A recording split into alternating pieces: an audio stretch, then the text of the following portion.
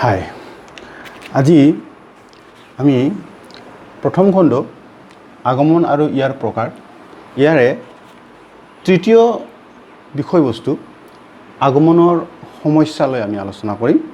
আগমনৰ সমস্যা কি এই সমস্যাটো আমি আলোচনা কৰিম। ইয়াৰ আগৰ ভিডিঅ'টোত আমি আলোচনা কৰিছিলোঁ আগমনৰ প্ৰয়োজনীয়তা। বস্তুটো কন্টিনিউ হৈ আহি আছে গতিকে আমি অলপ আগৰ পৰা আৰম্ভ কৰি দিওঁ যে আমাৰ তৰ্ক বিজ্ঞানৰ আলস্য বিষয় হৈছে অনুমান বা যুক্তি আৰু তৰ্ক বিজ্ঞানৰ আদৰ্শ হৈছে সত্য। তো অনুমান বা যুক্তি, এই অনুমান বা যুক্তি আমি দুটা ভাগত ভাগ কৰিছোঁ, মনত আছে? নিগমন অনুমান আৰু আগমন অনুমান। তো আগমন অনুমান ইয়াৰ উদাহৰণ এটা ইয়াতে লিখিছোঁ। ৰাম হয় মৰণশীল, মীনা হয় মৰণশীল, কবিতা হয় মৰণশীল, সকলো গতিকে বা এতেকে সকলো মানুহ হয় মৰণশীল। এই যে সকলো মানুহ হয় মৰণশীল, এই সাৰ্বিক বচনটো সকলো মানুহ হয় মৰণশীল ইয়াতে বিধেয় উদ্দেশ্য সম্পৰ্কে সমগ্ৰ উদ্দেশ্য সম্পৰ্কে কি কৰিছে? স্বীকাৰ কৰিছে। কি বুলি স্বীকাৰ কৰিছে? মৰণশীল বুলি স্বীকাৰ কৰিছে। তো এই বিশেষ কেইটামান দৃষ্টান্ত, এই দৃষ্টান্তৰ ওপৰত ভিত্তি কৰি কি কৰিছে? সকলো মানুহ হয় মৰণশীল বুলি আমি ইয়াতে সিদ্ধান্তত উপনীত হৈছোঁ। ঠিক আছে? তো এতিয়া চাব নিগমন অনুমানৰ ক্ষেত্ৰত যদি আমি চাব যাওঁ, নিগমন অনুমান চাব যে নিগমন অনুমানটো কেনেকুৱা। এইখিনিৰ পৰা যদি আমি নিগমন অনুমান বুলি ধৰি লওঁ, সকলো মানুহ হয় মৰণশীল, হৰি হয় মানুহ গতিকে বা এতেকে হৰি হয় মৰণশীল। এতিয়া চাবা এই সাৰ্বিক বা সামান্য আশ্ৰয় বাক্যৰ ওপৰত ভিত্তি কৰি বিশেষ সম্বন্ধ, সামান্য সম্বন্ধ জ্ঞানৰ পৰা বিশেষ সম্বন্ধ জ্ঞান, তাৰপিছত আমি বিশেষ সম্বন্ধ জ্ঞানৰ এটা সিদ্ধান্তলৈ আহিছোঁ। ইয়াতে নিগমন অনুমানে মই আগতো কৈছোঁ যে নিগমন অনুমানত আকাৰগত সত্যতাহে বিচাৰ কৰা হয়। ইয়াত বস্তুগত সত্যতা বিচাৰ কৰা নহয়। বস্তুগত সত্যতা বিচাৰ কৰাৰ কাম আগমন অনুমানৰহে। তো আগমন অনুমানে কিহৰ ভিত্তিত বিশেষ এই দৃষ্টান্তবোৰ বস্তুগত সত্যতা প্ৰমাণ কৰিব বা কেনেকৈ বিচাৰ কৰিব বা কেনেকৈ বস্তুগত সত্যতা প্ৰতিষ্ঠা কৰিব, এইটো হ'ল আগমনৰ এটা সমস্যা। তো এই সমস্যাটো সমাধান কৰিব পাৰিলেই কি হয়? নিগমন অনুমানৰ যি সামান্য বচন বা সাৰ্বিক সম্বন্ধ জ্ঞান, এই সম্বন্ধ জ্ঞান আৰু বিশেষ সম্বন্ধ জ্ঞান এই দুয়োটাই কি হয়? সত্য প্ৰমাণিত হয়। যদি আগমন অনুমানে বচনসমূহৰ দৃষ্টান্তসমূহৰ বস্তুগত সত্যতা প্ৰমাণ কৰিব পাৰে। তো ইয়াতে মই পঢ়ি দিছোঁ যে আগমন অনুমানত বিশেষ কিছুমান বস্তু বা ঘটনাৰ সম্বন্ধ অভিজ্ঞতা বা পৰ্যবেক্ষণৰ সহায়ত সেই জাতীয় বা শ্ৰেণীৰ সকলো বস্তু বা ঘটনা সম্বন্ধে সামান্য সম্বন্ধ জ্ঞানত উপনীত হৈ সামান্য সংশ্লেষক বচন প্ৰতিষ্ঠা কৰে। কি বুলি কোৱা হৈছে? যে আগমন অনুমানত বিশেষ কিছুমান দৃষ্টান্ত পৰ্যবেক্ষণ কৰি সেই শ্ৰেণীৰ সকলো বস্তু সম্পৰ্কে সেই বস্তু সম্পৰ্কে এটা যথাৰ্থ সামান্য বচন প্ৰতিষ্ঠা কৰে আৰু সেই বচনটো কি হয়? সংশ্লেষক বচন হয়। আমি অলপ আগৰ ক্লাছতে পাইছিলোঁ যে বচনক আমি তিনিটা ভাগত ভাগ কৰিছিলোঁ, যে গুণ অনুসৰি, পৰিমাণ অনুসৰি আৰু তাৎপৰ্য অনুসৰি। বিশেষকৈ তাৎপৰ্য অনুসৰি যিটো আছে আমাৰ, সেইটো আমাৰ বৰ দৰকাৰ ছেকেণ্ড ইয়াৰ ক্লাছত। তাৎপৰ্য অনুসৰি বচন কি আছিলে? সংশ্লেষক আৰু বিশ্লেষক। তো বিশ্লেষক বচনৰ সমস্যা নাথাকে, সংশ্লেষক বচনৰ ঠিক তলতেই থাকে বুলি ক'ব পাৰি, যে সংশ্লেষক বচনে বিশ্লেষক বচনে কোনো ধৰণৰ নতুন তথ্য নিদিয়ে। তো সংশ্লেষক বচনতহে নতুন তথ্য দিবলগীয়া হয়। তো এতিয়া তাৎপৰ্য অনুসৰি আমি বচনক দুটা পাইছিলোঁ। তো ইয়াতে আগমন অনুমানত সকলো মানুহ হয় মৰণশীল, এইটো এটা সংশ্লেষক বচন। আৰু এই সংশ্লেষক বচনটো দুই ধৰণে আমি পাব পাৰোঁ। এটা হ'ল ব্যাপকতাৰ অৰ্থত পাব পাৰোঁ আৰু এটা হ'ল ব্যাপকতাৰ অৰ্থত নহয়।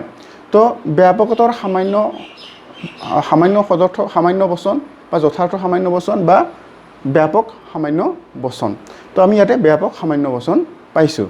তো ব্যাপকতাৰ সামান্য বচনৰ কথাটো বেলেগ। তো এতিয়া ব্যাপক সামান্য বচন যি ব্যাপকতাৰ সামান্য বচনতকৈ বচনৰ তুলনাত পৰিমাণ কম নহয়, বহুতো ইয়াৰ বস্তুগত সত্যতা প্ৰমাণ কৰাও সহজ নহয়। তো কি নিয়ম বা ভিত্তিৰ ওপৰত আমি বস্তুগত সত্যতা প্ৰমাণ কৰিব পাৰোঁ? ইয়াতে চাবা যে নিগমন অনুমানৰ আশ্ৰয় বাক্যৰ বাবে প্ৰয়োজনীয় সামান্য বচন আগমনে যোগান ধৰে। এই লাইনটো ইম্পৰ্টেণ্ট। তুমি আগতে কৈছোঁ যে নিগমন অনুমানৰ আগমন অনুমানে যোগান ধৰা বচনসমূহৰ ওপৰত ভিত্তি কৰি নিগমন অনুমানে আকাৰগত সত্যতাৰে সিদ্ধান্ত গ্ৰহণ কৰে। যেনেকৈ এইটো আগমন অনুমান প্ৰতিষ্ঠা কৰিছে এটা সামান্য বচন, তাৰ তলতেই কি কৰিলে নিগমন অনুমানে এটা সামান্য বচন প্ৰতিষ্ঠা কৰিলে, এটা বচন প্ৰতিষ্ঠা কৰিলে যে শৰীৰ হয় মৰণশীল। তো এতিয়া আগমন অনুমানে এইদৰে নিগমন অনুমানৰ বস্তুগত সত্যতা প্ৰমাণ কৰে। তো এইদৰে আগমন অনুমানে নিগমন অনুমানলৈ বস্তুগত সত্যতা প্ৰমাণ কৰি যোগান ধৰে। তো সমস্যাটো আগমনৰহে, সমস্যাটো নিগমনৰ নহয়। তো নিগমন অনুমানে আগমনে যিটো দিয়ে সেইটোৰ ওপৰতহে ভিত্তি কৰে। গতিকে আগমন অনুমানে যদি বস্তুগত সত্যতা নথকা এটা বচন দিয়ে, সামান্য সত্য বচন বুলি দিয়ে, তেতিয়াহ'লে নিগমনত ভুল হোৱাৰ সম্ভাৱনা থাকে। তো অভিজ্ঞতাৰ ভিত্তিত কিদৰে সামান্য সংশ্লেষক বচন প্ৰতিষ্ঠা কৰা হয় সেইটোৱে হ'ল আগমনৰ সমস্যা। তো এই যে সামান্য সংশ্লেষক বচনৰ কথা কৈছিলোঁ মই, এই সামান্য সংশ্লেষক বচনক অভিজ্ঞতাৰ ভিত্তিত কেনেকৈ প্ৰতিষ্ঠা কৰা যায়? অভিজ্ঞতা মানে আমাৰ অভিজ্ঞতা।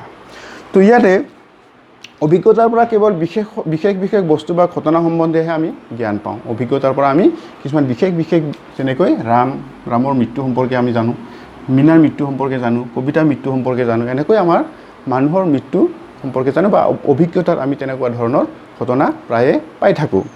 তো কোনো ধৰণৰ সামান্য সত্য জ্ঞান অভিজ্ঞতাই দিব নোৱাৰে, কিন্তু আমাৰ এই সামান্য সত্য জ্ঞান আমাৰ অভিজ্ঞতাই দিব নোৱাৰে। কিয়নো আমাৰ অভিজ্ঞতাই অতীত, বৰ্তমান আৰু ভৱিষ্যত, অতীত,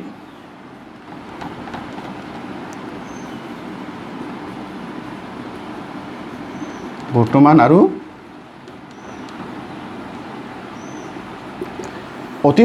আৰু ভৱিষ্যত আমি উপস্থিত থাকিব নোৱাৰোঁ। অতীতত আমি নাছিলোঁ, বৰ্তমান অৱশ্যে আছোঁ, কিন্তু ভৱিষ্যতে আমি হয়তো নাথাকিম। তো মানুহৰ মৃত্যু সম্পৰ্কে যদি আমি যদি চাব যাওঁ, তেতিয়াহ'লে অতীত কি আছিলে আমি জাষ্ট নিজৰ অভিজ্ঞতাত পাব নোৱাৰোঁ, শুনিহে পাইছোঁ। তো বৰ্তমান আমি দেখা পাইছোঁ, কিন্তু ভৱিষ্যতে কি হ'ব আমাৰ অভিজ্ঞতাত সেইটো সম্ভৱ নহয়, বা অতীত, বৰ্তমান আৰু ভৱিষ্যত তিনিওটা সময়ত আমি থকা সম্ভৱ নহয়। এনেধৰণৰ বিশেষ মানুহৰ মৃত্যু জ্ঞান পোৱা যাব পাৰে, কিন্তু সকলো মানুহ হয় মৰণশীল এনেকুৱা জ্ঞান পোৱা সম্ভৱ নহয়। তো এনে সামান্য সত্য বা সামান্য সংশ্লেষক বচন অভিজ্ঞতাৰ পৰা পাব নোৱাৰি, এনেকুৱা সামান্য সংশ্লেষক বচন অভিজ্ঞতাৰ পৰা পাব নোৱাৰি। কিন্তু আগমনৰ উদ্দেশ্য হৈছে সামান্য সংশ্লেষক বচন প্ৰতিষ্ঠা কৰা। এনেকুৱা সামান্য সংশ্লেষক বচন অভিজ্ঞতাৰ পৰা বা অভিজ্ঞতাৰ জৰিয়তে পোৱা সম্ভৱ নহয়, কিন্তু আগমনৰ উদ্দেশ্যই হৈছে সামান্য সংশ্লেষক বচন প্ৰতিষ্ঠা কৰা। বুজিছেনে? তো সেইকাৰণে আগমনে এই ক্ষেত্ৰত অনুমানৰ সহায় ল'বলগীয়া হয়, এই অনুমান আগমনে সেইকাৰণে অনুমানৰ সহায় ল'বলগীয়া হয়। তো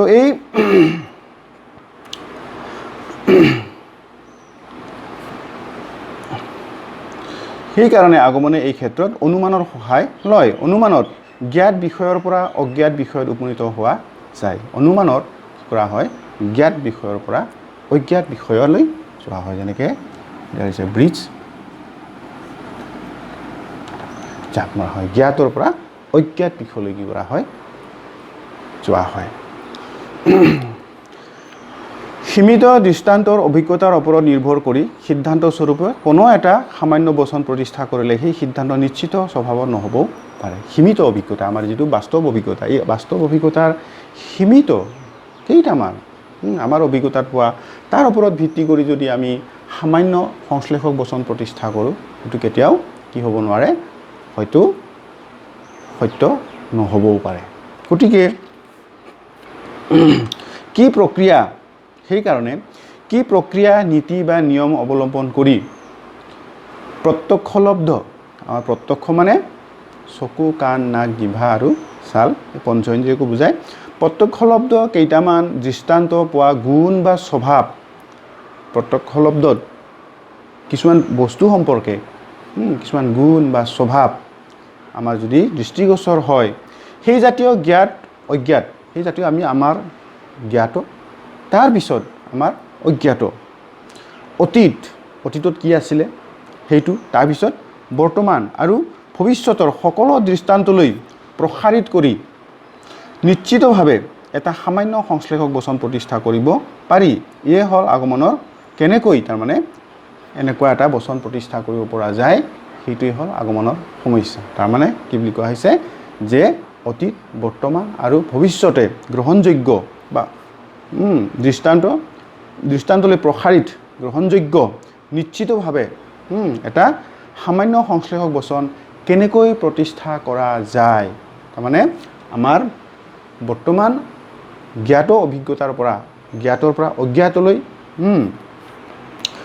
কি প্ৰক্ৰিয়া বা কি নীতি প্ৰয়োগ কৰি জ্ঞাতৰ পৰা অজ্ঞাতলৈ আৰু বা কি নিয়ম পালন কৰি জ্ঞাতৰ পৰা অজ্ঞাতলৈ বৰ্তমান অতীত বৰ্তমান আৰু ভৱিষ্যতে গ্ৰহণযোগ্য সামান্য সংশ্লেষক বচন প্ৰতিষ্ঠা কৰা যায় সেইটোৱেই হ'ল আগমনৰ সমস্যা তো আগমনৰ এই সমস্যাৰ সমাধানৰ বাবে দুটা মৌলিক নীতি আছে আৰু এই দুটা মৌলিক নীতিৰ ওপৰত ভিত্তি কৰি এই সমস্যাটো সমাধান কৰা হয় তো এই মৌলিক নীতিৰ ওপৰত নিৰ্ভৰ কৰিবলগীয়া হয় আৰু এই মৌলিক নীতিটো হৈছে তোমাৰ আকাৰগত সত্যতা বা ভিত্তি আৰু বস্তুগত সত্যতা বা বস্তুগত ভিত্তি আকাৰগত ভিত্তি আৰু বস্তুগত ভিত্তি আকাৰগত ভিত্তি বা সত্যতা দুই ধৰণৰ হয় প্ৰকৃতিৰ একৰূপতা বিধি আৰু কাৰ্য-কাৰণ বিধি এই দুটা হ'ল আকাৰগত বিধি বা আকাৰগত ভিত্তি ঠিক আছে বা সত্যতা তো বস্তুগত সত্যতাৰ কাৰণে পৰ্যবেক্ষণৰ ওপৰত নিৰ্ভৰ কৰিবলগীয়া হয় পৰ্যবেক্ষণ মানে আমি জানো যে নিৰীক্ষণ আৰু পৰীক্ষণ এই নিৰীক্ষণ আৰু পৰীক্ষণ তাৰমানে সামান্য সংশ্লেষক বচন প্ৰতিষ্ঠা কৰিবলৈ আগমনে দুটা বিধিৰ ওপৰত নিৰ্ভৰ কৰে সেইটো হ'ল আকাৰগত বিধি বা আকাৰগত ভিত্তি আৰু বস্তুগত ভিত্তি আকাৰগত ভিত্তি প্ৰকৃতিৰ একৰূপতা বিধি আৰু কাৰ্য-কাৰণ বিধি বস্তুগত ভিত্তিত পৰ্যবেক্ষণক দুই ধৰণে কোৱা হয় নিৰীক্ষণ আৰু পৰীক্ষণ বুলি কোৱা হয় ইয়াৰ ওপৰত ভিত্তি কৰি আগমনে কি কৰে সমস্যা সমাধান কৰিবলৈ চেষ্টা কৰে এয়াই হ'ল আগমনৰ সমস্যা এইখিনি পাৰ্টত আমি এইখিনি পাইছিলোঁ সৰু তো আমি নেক্সট ভিডিঅ'ত আহি আছোঁ আগমনৰ বিভিন্ন প্ৰকাৰ এই প্ৰথম খণ্ডৰ আগমন আৰু ইয়াৰ প্ৰকাৰ যিটো আছে তাৰেই এটা চতুৰ্থ বিষয়বস্তু আগমনৰ বিভিন্ন প্ৰকাৰ এইটোলৈ মই আহি আছোঁ তোমালোকৰ যদি ভাল লাগিছে তেতিয়াহ'লে ভিডিঅ'টো লাইক কৰিব আৰু বন্ধু বান্ধৱীলৈ শ্বেয়াৰ কৰিব যাতে সকলোৱে উপকৃত হ'ব পাৰে আৰু সাবস্ক্ৰাইব কৰি ল'ব চেনেলটো সাবস্ক্ৰাইব কৰি ল'ব যাতে মই ভিডিঅ' আপলোড কৰাৰ লগে লগে তোমালোকে প্ৰথমতে পাই যোৱা